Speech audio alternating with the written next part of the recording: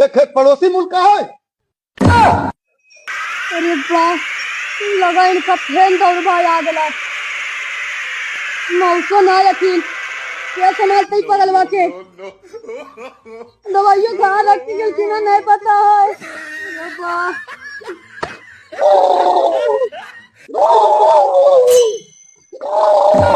अरे मैया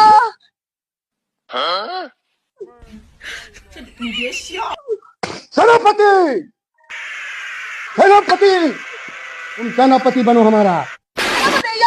कह रहे राजा का अपमान मत करो, तुम सेनापति बनो, समझा? हाँ मुसा, हाँ राजा जी हम सेनापति हैं। हाँ राजा जी आयुष्मान भव। हम सेनापति हैं राजा जी। मैं अभी अंग वस्त्र धारण करके आता हूँ जी राजा और जी। शस्त्र लेके आता हूँ। तुम भी यथाशीघ्र जाओ और तैयार होके आओ ताकि पड़ोसी मुल्क के जमीन हमें अभी कब्जा करना है। जी राजा जी। फिर से बोलो सेनापति।